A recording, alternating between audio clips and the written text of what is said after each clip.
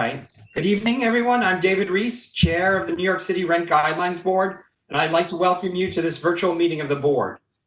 This is the last meeting in a series of public meetings and hearings to determine renewal lease adjustments for rent-stabilized housing units in New York City, with leases commencing or being renewed on or after October 1st, 2020, and on or before September 30th, 2021. I will now take roll call. Please respond if present. Christina DeRose. Present. Shayla Garcia. Present. Christiane Gonzalez Rivera. Present. Leah Goodridge. Present. Cecilia Hossa. Present. Alex Schwartz. Present. Patty Stone. Present. Scott Walsh. Present. David Reese present. We will now consider the proposal for Hotel Order Number 50. As per tradition, year to year, we alternate between tenant and owner members, putting forth the first proposal for consideration. Last year, owner members went first, so this year, tenant members will have this option. Before we do that, I'll just remind everyone that we're going to be following Robert's Rules of Order. We'll have someone make a motion. We'll have a second. Then we'll have discussion on the motion. When discussion is done, I'll call the question and we'll take a vote, a roll call vote. So with that, do I hear a motion as to the hotel order? Yes, I move to adopt the final language of Proposal 1 for Hotel Order 50 that was circulated to the members of the board and posted on the RGB website on June 12th. And I further move to adopt the explanatory statement and findings for Hotel Order 50 substantially in the form submitted by staff to the board as of June 15th, 2020, and to be modified by the RGB staff after this meeting to reflect the adopted rental adjustments. A summary of the proposal for Hotel for Proposal 1 is as follows. I'll just read straight down. They're all 0. Residential Class A, hotels 0, lodging houses 0, rooming houses Class B 0, Class B hotels 0, single room occupancy buildings 0. Okay, so we have a motion. Do we have a second on the motion?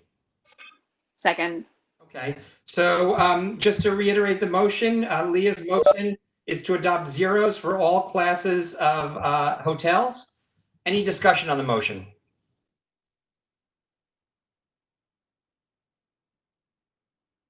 Hearing none, I call the question. I'm just pulling up my voting sheet to take down the votes. Just bear with me for a second.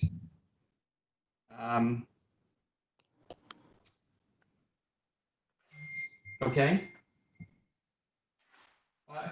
Okay. Andrew, one of the members is having technical issues that everything is freezing and she's having trouble hearing. So she's going to disconnect and rejoin. So I'm going to hold off on taking the vote until she gets back in, okay?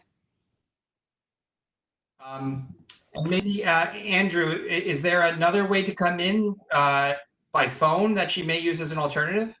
She can use that as an alternative, sure, but let's give her, I guess, a chance to come back. Okay. I'm just gonna text her that she can do that as well. The information I could send her, or send her to the website for the information to call in. Yeah, do you know who I'm talking about?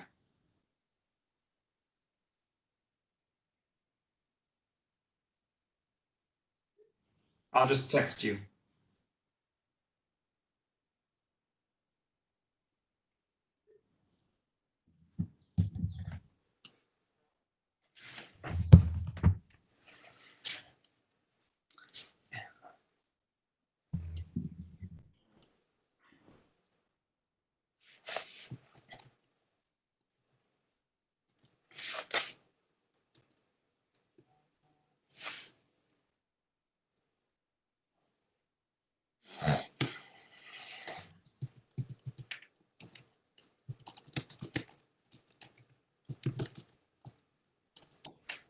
Looks like she's back on, but muted. Yeah. There we go. Hey, great. Okay. That's not clear. Yeah. Okay. Okay, good. Okay, maybe just a bit of connection. Okay. So let me just make sure I'm in the right place. Hold on. Yeah, just to reiterate, it's for the proposal 1 for the hotel Okay. order, which is 0 for each classification of hotels. So I'm sorry. So it was proposed by Leah. I'm just taking my notes. It was seconded. Was it seconded by Shayla? Yes. Shayla. Okay. And I will now take a roll call vote. Christina DeRose, how do you vote? Yes.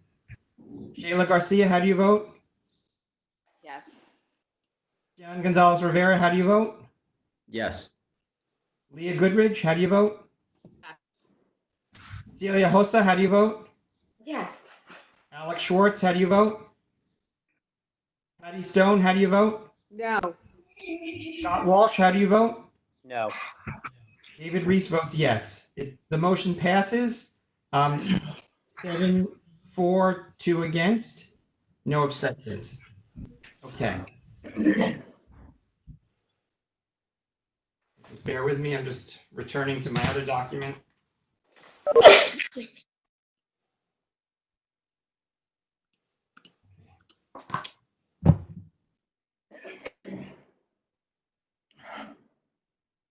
Okay, we will now consider proposals for apartment and loft order number 52.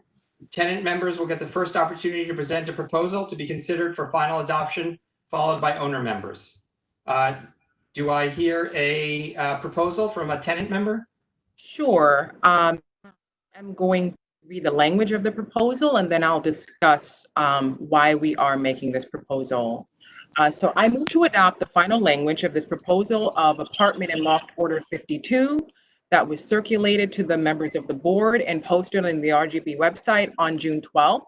And I further move to adopt the explanatory statement and findings for apartment and loft order 52 substantially in the form submitted by staff to the board as of June 16th, 2020, and to be modified by the RGB staff after the meeting to reflect the adopted rental adjustments. Summary of this proposal is as follows. For apartments, for 1-year lease, we are proposing a rent freeze that's a 0. For 2-year leases, we are also proposing a rent freeze. For lofts, for 1-year increase period, we're proposing a 0. And for 2-year increase, we are also proposing a 0. So I want, and I believe for the special guideline, as was said, I think it was 39%, if I'm not mistaken, as in the proposal. So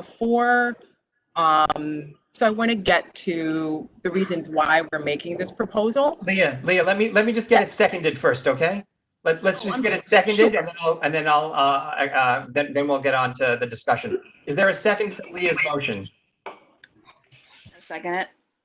A second by Shayla. So we have a motion for 0% for the first year and a 0% for the second year. Let's have discussion on the motion. Leah?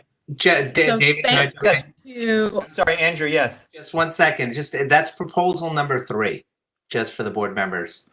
Okay, thank you. Okay, I'm sorry, Leah. It's all yours. So I just wanted to thank all of the members of the public who came out and testified at our public hearings this week and last week. This is certainly an unprecedented time in our city's history. Aside from the death of thousands of New Yorkers due to the coronavirus, we've witnessed a dramatic increase in unemployment from 4.1% to 14.2% between March 2020 and in April 2020 alone, and that was months ago, so it's likely much higher. I want to talk tonight about how we ignore pain from systemic barriers, but understand and enforce property rights. We've had various meetings this year and discussed the coronavirus, and at many of these meetings, the conversation was about a question: should we decrease the rent due to the coronavirus? And what struck me was that at one point, and actually at many points, it was suggested that the coronavirus as an issue and as a reason to stop rent increases was perhaps being used as a wedge or a ploy because in fact, many landlords were financially hurting. And we don't doubt that landlords are hurting from the pandemic, but there are two issues at play here. So first, I want to note that though we've heard a lot about the financial hardships, there are ways to apply for a financial hardship at DHCR, and very few landlords have done so. I believe in 2019, none have applied, and I believe that the prior year to that, some landlords did apply, but none of the applications were granted. So I think it's important that we really rely on the numbers as we are always talking about. The second point I want to make is that we are and have been consistently comparing one person's business venture to another person's pain and literal survival. So the fact that there's even an attempt or has been an attempt to equate the two suggests a lack of understanding of the fact that people who keep this city running are often unable to comfortably live in it. That's the delivery store worker, the cab driver, cashiers, and practically all of the essential workers. And that reality should not be disregarded at the expense of profits. That ties in with recent events. I'm going to get a little bit personal here. I am the only African American on this board.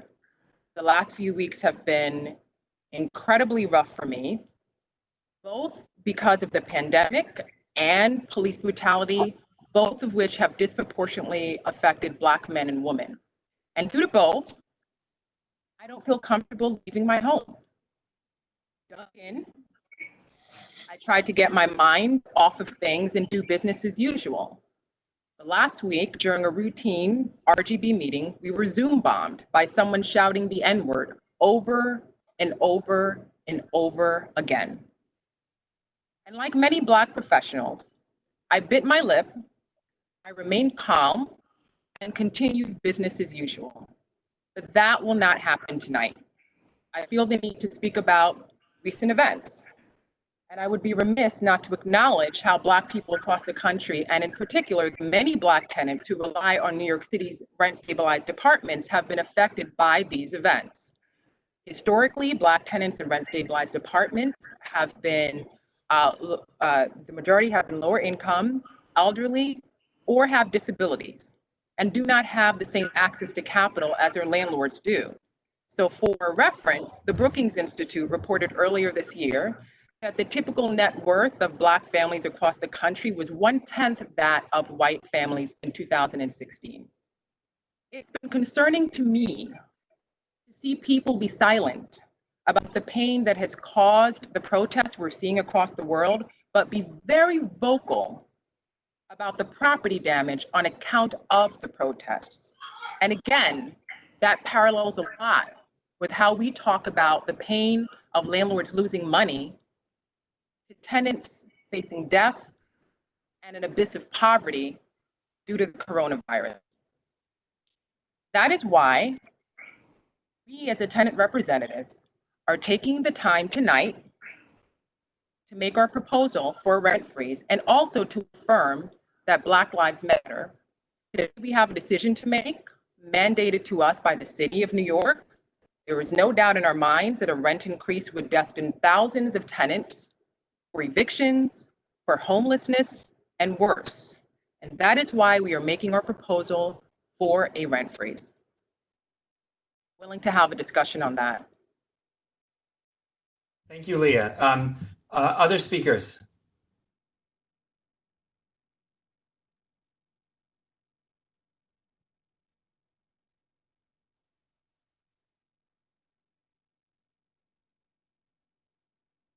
Okay, hearing none, I'll call the question.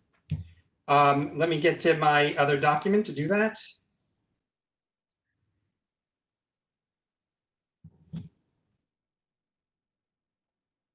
So this is on Leah's motion number, which was proposal number 3. It was a 0 for the 1 year, a 0 for the 2 year, 0 for the lofts, 39% above MBR for the special guideline and decontrolled units. I'll do a roll call vote. Christina DeRose, how do you vote? No. Shayla Garcia, how do you vote? Yes. Christiane Gonzalez Rivera, how do you vote? Yes. Leah Goodridge, how do you vote? Yes. Cecilia Hossa, how do you vote? No. Alex Schwartz, how do you vote? Patty Stone, how do you vote? No. Scott Walsh, how do you vote?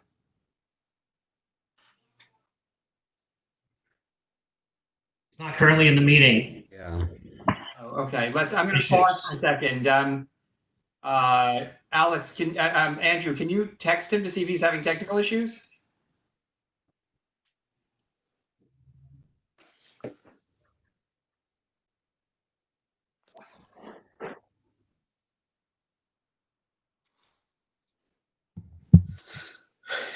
Yes, hold on one second.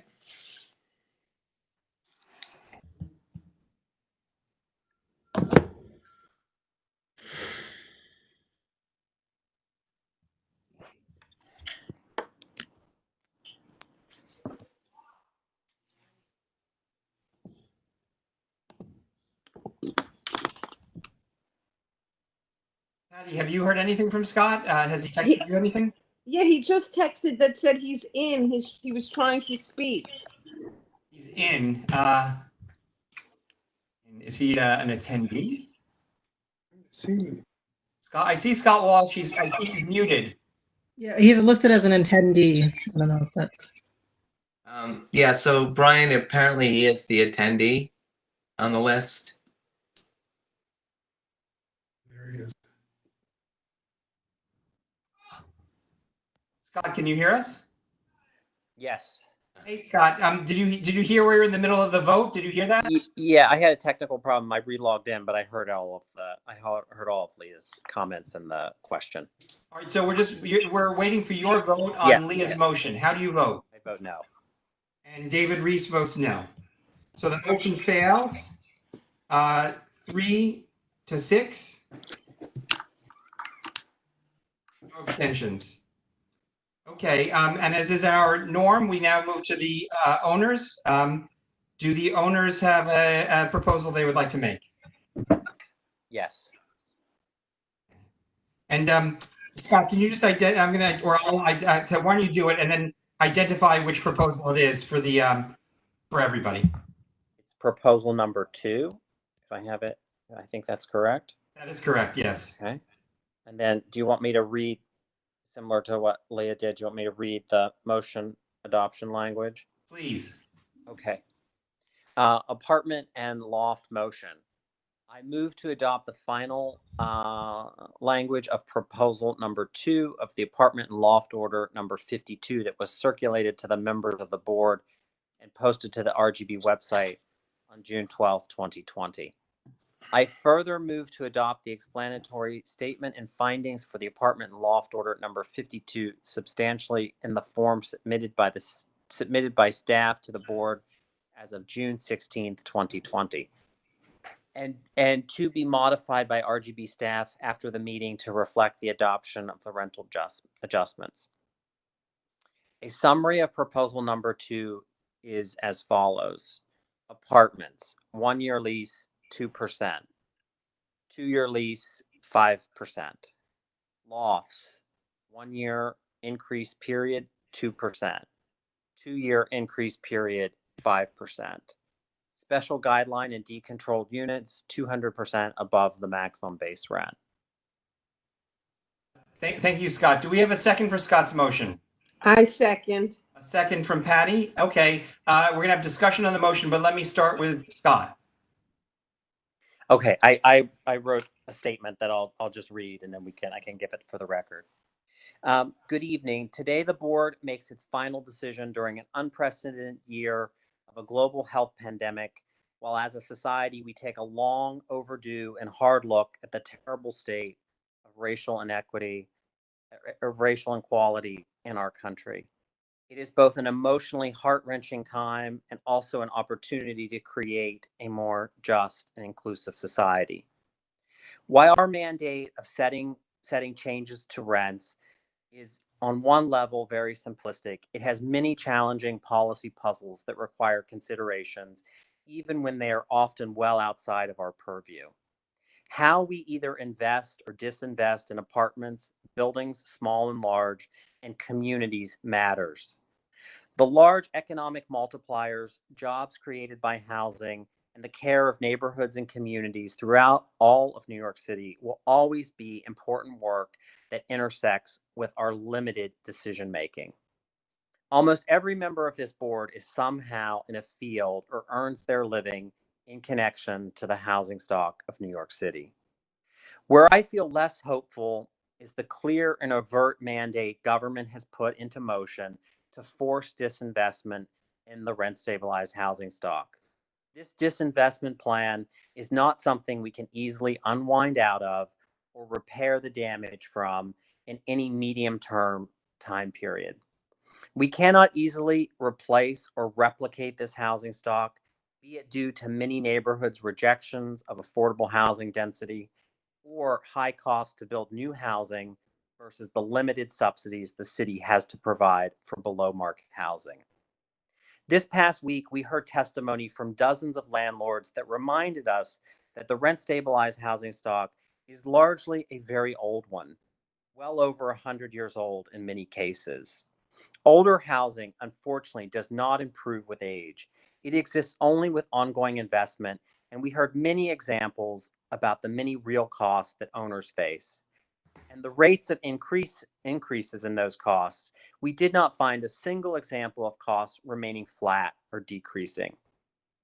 Our city's inequitable property tax policies put the single biggest pressure on housing costs. Very simple math illustrates that rent freezes do not work unless part of a broader policy structure that includes simultaneous tax freezes.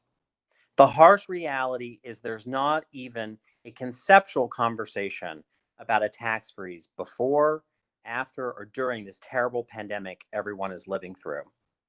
It needs to be fully understood we are not operating in a system that has an occasional warning light blinking on a dashboard. Our property tax policy needs much more than minor fixes. We are flying in a plane that is about to crash. 35 to 40 cents on every dollar of rent paid by New Yorkers goes to New York City property taxes. For New Yorkers who are temporarily or permanently unemployed and taking money out of savings to pay your rent, remember 40% of that rent is going straight to city taxes. Add in water, sewer costs, and power, and more than half of the costs in housing is solely a pass-through before providing any service to or within the apartment building. Every renter in this city needs to know and understand the property taxes in their apartment before we can begin to have an educated conversation on the fairness of costs to run apartments. The economics for apartment owners, like society at large, have not improved but deteriorated during the past 3 months. Decreases in rent payments, vacancies, higher utility costs due to stay-at-home orders, heightened cleaning protocols to keep building staff and tenants safe, 32 BJ annual contract increases, vacant storefronts that will likely never be reoccupied, no access to federal benefits like the CARES Act, a Con Edison rate hike, and the list goes on and on. These are not hypothetical costs or optional luxuries that one can turn off in hard times. These are basic necessities well above the PIOC estimates presented in this session. Maintaining quality housing is an expensive task, and time does not discriminate when it comes to building and upkeep and maintenance. As one owner so rightfully expressed this year, owners do not get discounts because we own rent-regulated apartments for goods, services, or labor. Joyce Holland, Joanne Wong, and Lincoln Eccles, who testified early in the first day of hearings, represented the diversity of owners across the city and put a face on the hardship small and medium-sized owners face. Lincoln has testified before this board for almost every year I've served on the board, and each of his calls for a reasonable increase has fallen on deaf ears. What I hope was not lost on the public members this year was seeing so many owners in their homes. Whether it was family members' photos on a bookshelf or a row of teddy bears on a sofa, these homes were not the homes of 1% elites that tenant membership constantly and unfairly portrays and vilifies landlords as. Owners, like tenants, are fiercely loyal to our city and do not want to see our city return to the decay and deinvestment of the 1970s. But for this board to continue to be manipulated by politicians looking for easy outs and no responsibility to solve problems at hand. It's just lazy public policy. The mayor lives in a cloud of smoke and mirrors, puppeteering a weak chair and raising property taxes year after year, even with not even a ceremonial nod to reducing or holding taxes down for property owners, while he strong arms this board to no funds to increase rents. As a society, we question the motives of large companies almost daily and heard so repeatedly in the testimony by owners. We are not Blackstone. But how the mayor can, without question, strangle owners of real property year after year with below inflation adjusted rent rollbacks and sit back raising properties taxes each year and every year is unconscionable and completely unethical. If rents are held below even nominal increases like CPI solely for political gamesmanship, how could anyone think the housing stock is not headed to significant and troubling times?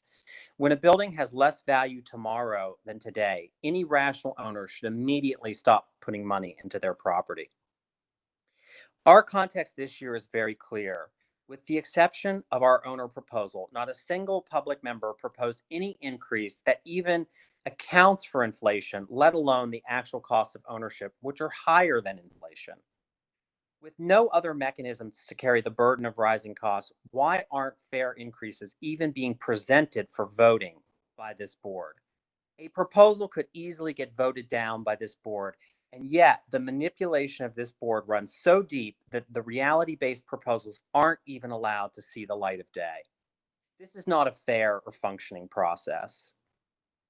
This year's deliberation, due to COVID, had an extremely shortened session and also very few actual proposals for voting, the lowest I've ever seen in my tenure.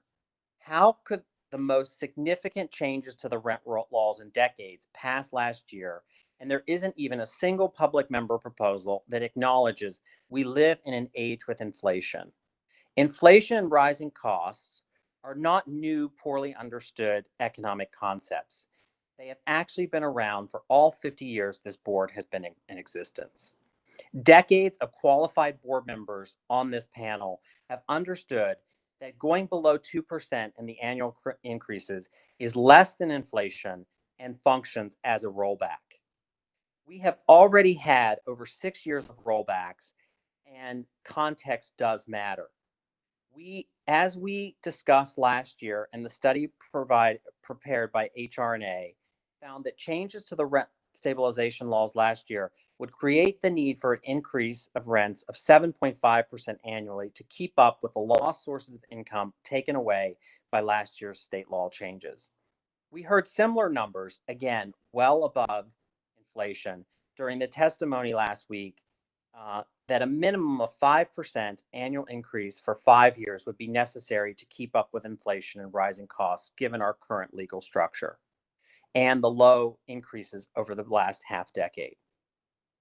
And yet the proposal set forth this year, even in the second year lease, starting for tenants in calendar year 2022, as well as some into 2023, have been determined through something that appears to be little more than a game of darts, landing on 1% to determine increases for 2022 and 2023. So what does the chair's proposal mean in actual dollars? The average rent, excluding Core Manhattan, per this board's data, stands at $1,242 per month. The average unit is not a tiny studio, but somewhere between a 1-bedroom and 2-bedroom apartment. That apartment, per the chair's recommendation, would over a 2-year lease get a $12.42 monthly increase only in the second year.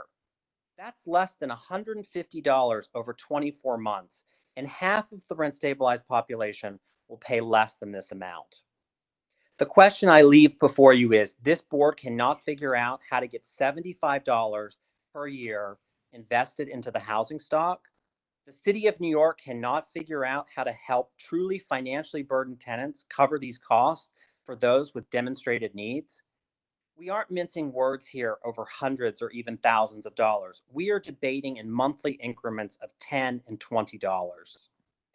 In conclusion, having served on this board for over 6 years, Under 3 different chairs, I've seen every excuse, antidote, and tactic deployed to avoid dealing with actual data presented to this board. Chairs that serve only to execute overtly public and private orders by the mayor, public members who don't understand the mechanics of the tools with any duty of care, and an attitude that next year we can start looking to see if fare increases are possible. I've seen the song and dance too many times to not be a front row witness to the policy failings of this board. As an owner member, my role is clear with this political context that the board has become little more than a theater trying to give the public a sense of fairness, which couldn't be further from the truth. This process is not fair, and the public has the right to a fair and unmanipulated board. This type of board structure is both dangerous and scary in a democratic society. Rent stabilization has become a long-standing approach to the housing shortages here in New York because it doesn't require actual sacrifices like building adequate housing for our population size or funding housing subsidies for those in need. Unfortunately, over 50 years into this experiment, we continue to see the tool is very blunt, poorly administers getting assistance to the neediest in our communities, and continues to drive up housing costs for those not lucky enough to have a below market apartment. We have countless more losers than winners on both sides of this important issue. The public members must understand owners are members of the public and you have an obligation to them through your service on this board. I urge owners throughout the city to continue the dialogue with public members and to write and communicate with them often to tell their stories. A few examples. When you're wondering how you're going to pay your increased property tax bill on July 1st this year and avoid an 18% penalty for any late payment, call the public members. When tenants with jobs elect not to pay their rent or assert false claims against you, call the public members. When your insurance carrier won't renew your policy and you're faced with poor coverage options at higher cost, call the public members. Call the public members often and make yourselves heard at their workplaces. I urge the public members to vote no to all the proposals presented tonight by the chair. Should we not be able to conclude this hearing tonight, we can continue the process until a fair guideline can be determined. That's the end of my statement. Are there further discussions on Scott's motion? Further comments on Scott's motion? I 100% support Scott's motion and think he did a very clear, concise, and excellent statement.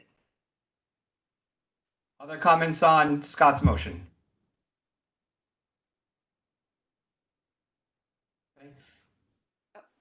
Yeah, do I hear? Shayla, yes. I think this is just comments overall. I mean, I think this motion is tone deaf. The motion began by, the rationale began by highlighting the moment we're in and then ignoring all of the reasons why we're in this moment. It ignores the fact that property taxes have to be higher because we don't tax the rich the way we should. It ignores the fact that $10 to $20 means people might not be able to feed themselves or buy their own medication. It ignores the fact that there are New Yorkers in New York City, in the Bronx, who are making $15,000 a year while working a full-time job and having children and have to pay rent. In order for us to be fair and just, I think we have to look at what are the changes we need to make, not to continue to pump money into subsidies for landlords to become wealthier and wealthier, but to actually decide if we're going to value profit over people. I hope that this motion not only fails, but that the folks that proposed the motion also reject it, as it is a completely tone deaf and completely misses the point that we have a system that has benefited property owners, normally white property owners, in this country since this country began. And I want to remind folks that this isn't, and maybe Scott and Patty know something I don't know, but I have to work really hard for us to have a dialogue and a conversation about numbers on this board. I've done that since 2014 when I was first appointed. And I take great pride to say that this board has been intentional in having discussions, as oftentimes I don't agree with a lot of the public members and where they take stands on, that we are having that dialogue, and I appreciate that dialogue. And I will not say that this is a sham, because every year, right until the votes happen, we're having discussions and conversations. And I welcome everyone to, of course, reach out to us and share your plight and share what you're struggling for us to make the best decision possible. But I will reject the notion that this board is just following through the motions or doing something as if we're mindless puppets, which we're not. And I want to recognize that many of the public members have disagreed with us publicly. They just rejected a rent freeze. And that rent freezes, you know, as much as we want to say that the sky is falling, they haven't had the impact that we hoped, or I hoped personally, to make sure that tenants have more affordable rents in the city. And so I will encourage every person on this board to reject this motion and to not be tone deaf. Let's not ignore millions of New Yorkers. Other comments on Scott's motion?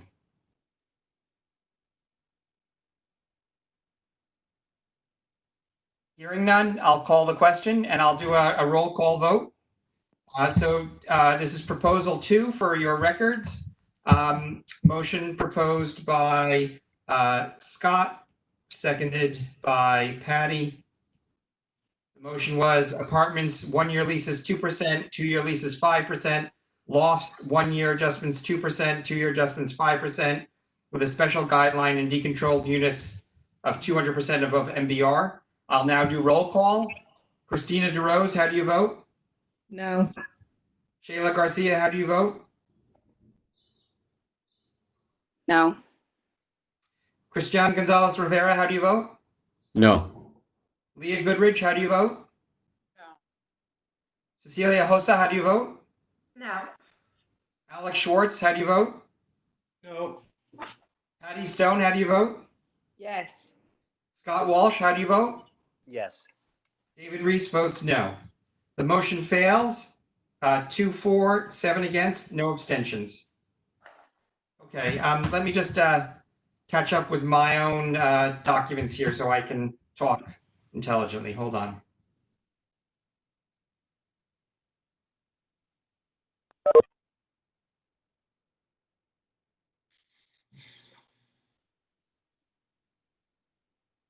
Okay, so before I make my proposal, I'd like to make a few brief comments on this process.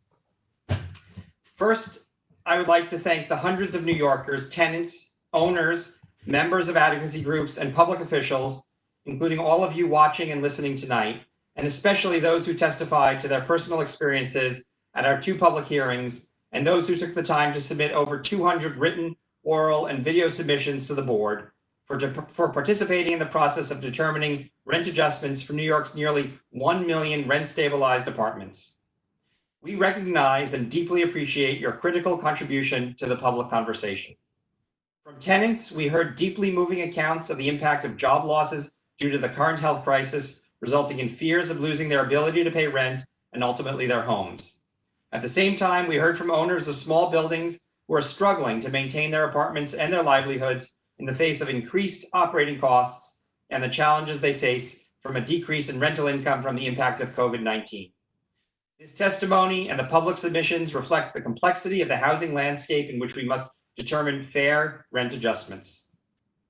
Second, let me just say, you know, I'll say some version of this every year, but I mean it in extreme way this year. I would like to recognize and thank the staff members of the RGB for their exceptional research and analysis and coordination of our public hearings. Their professionalism and objectivity are essential to ensuring that the board's decisions are fully and accurately informed.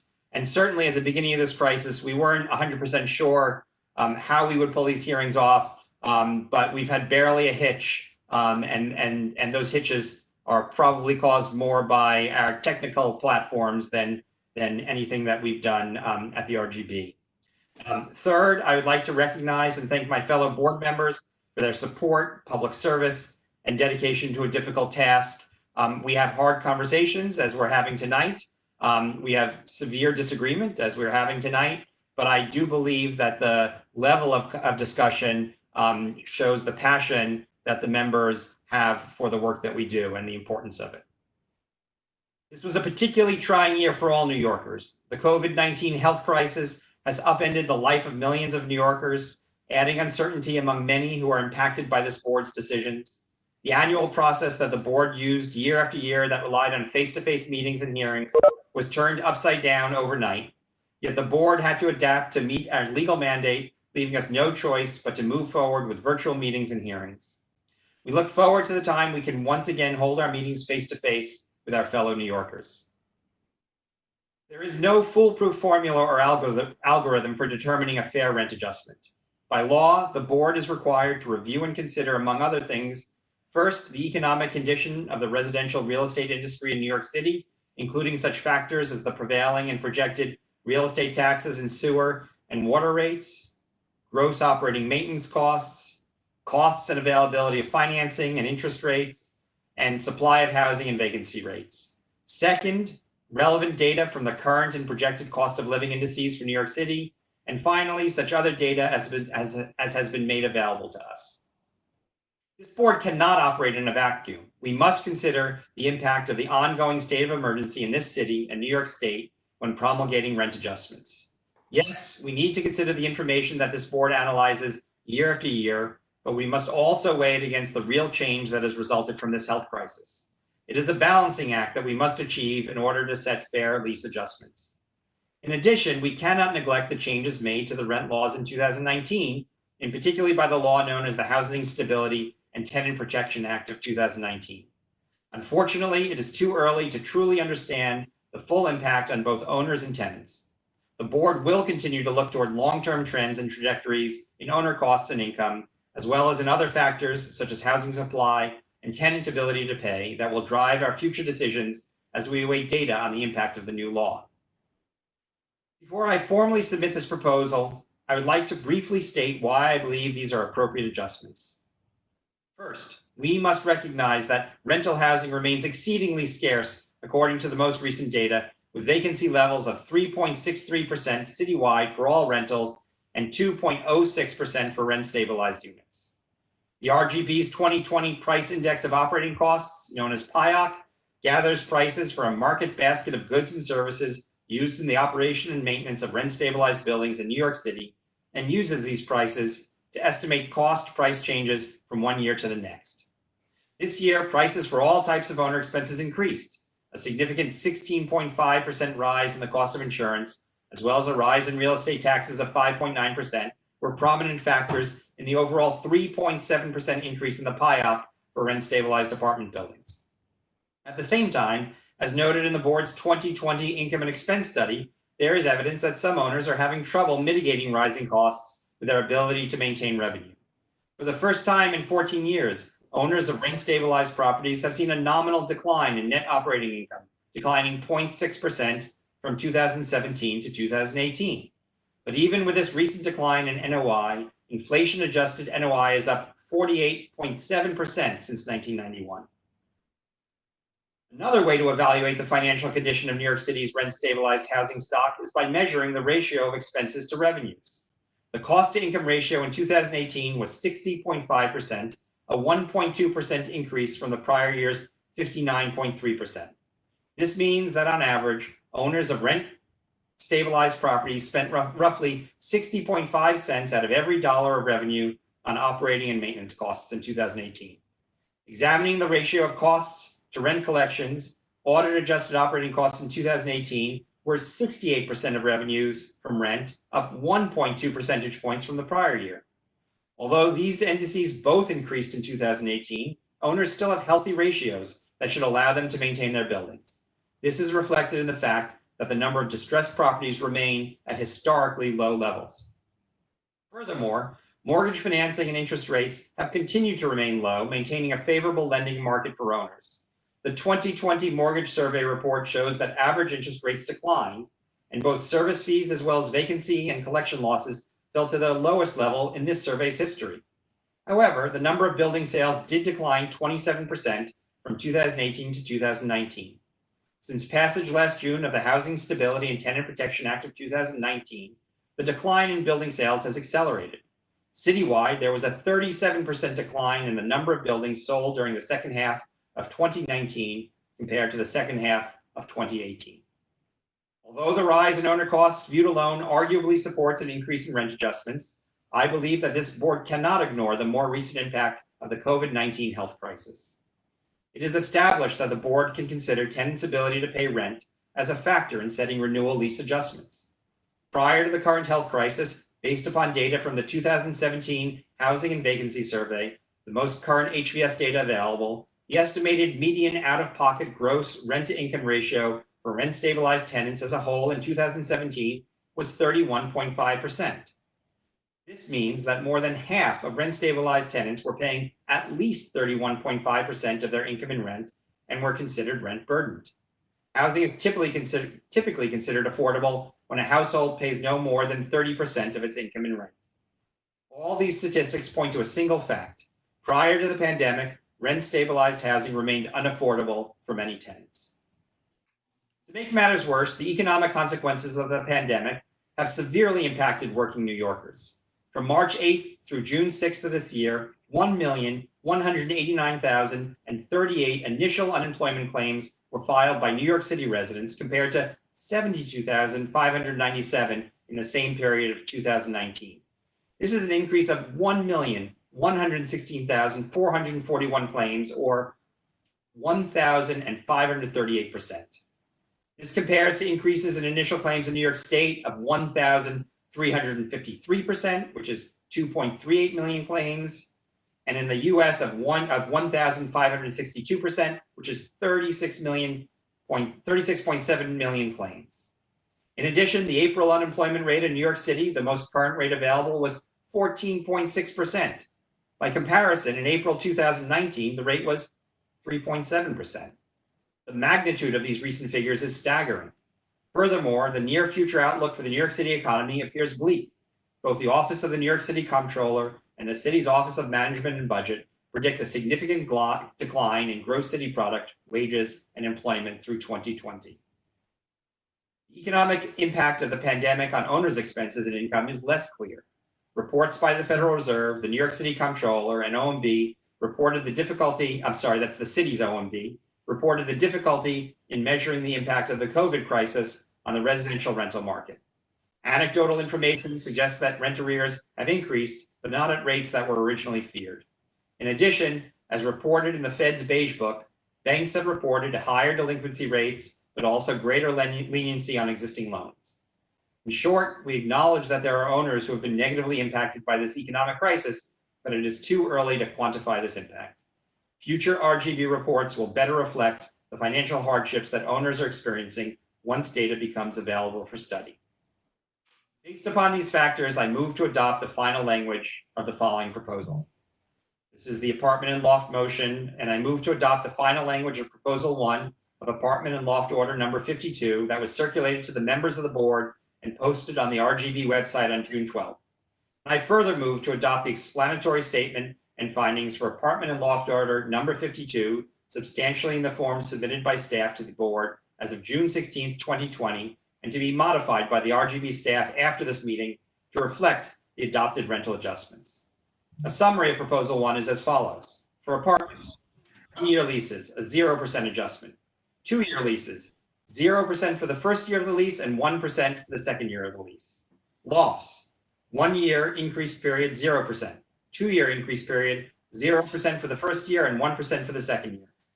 And with a special guideline for decontrolled units, 39% above the maximum base rent. That is my proposal. Do I hear a second? I second. I'm sorry, was that Christian? That's Christian. Hi.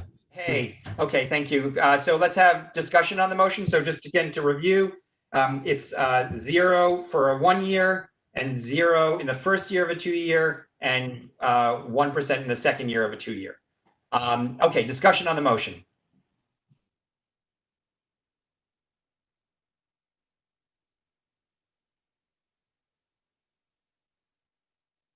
Okay, hearing none, I call the question. Is it okay? I'm going to call the question. Let me just jump over to my other document to do the vote. Okay, so this is the proposal 1 for you looking at your voting sheets. It's proposed by me, seconded by Christian. And it's for 0 and a 1, 0 in the first year of a 2, and 1% in the second year of a 2. Lofts are the same, special guideline, and decontrolled units 39% above MBR. Okay, board members. Christina DeRose, how do you vote? Yes. Shayla Garcia, how do you vote? No. Christian Gonzalez Rivera, how do you vote? Yes. Leah Goodrich, how do you vote? Yes. Cecilia Hossa, how do you vote? Yes. Alex Schwartz, how do you vote? Yes. Patty Stone, how do you vote?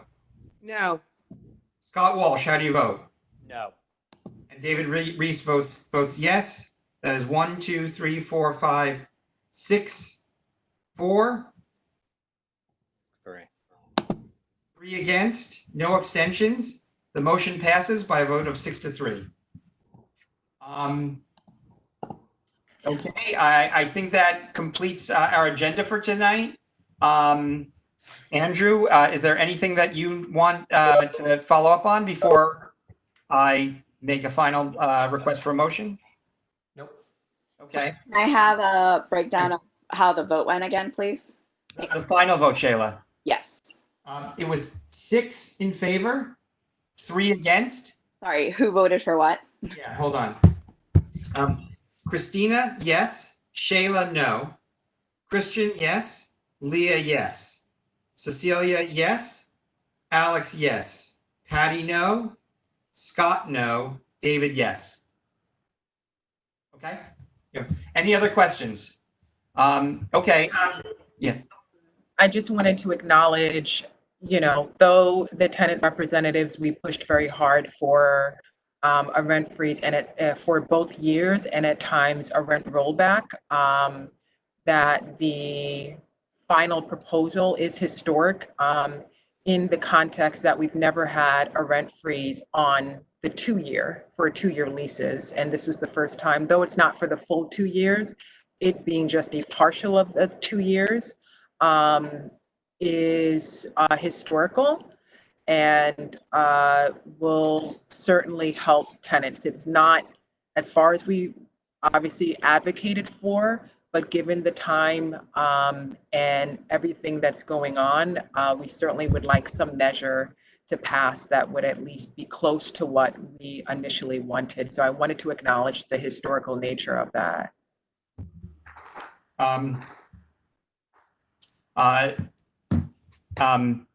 Any other comments from the board members?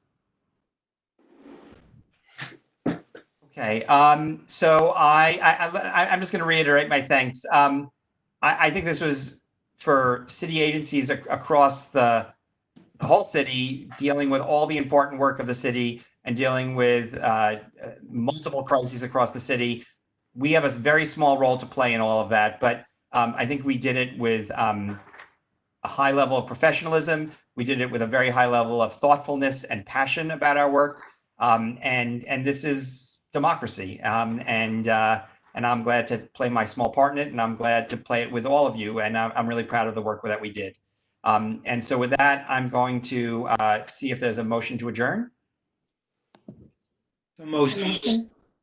I heard that from Cecilia, I think, first, and then a second from Alex. Second.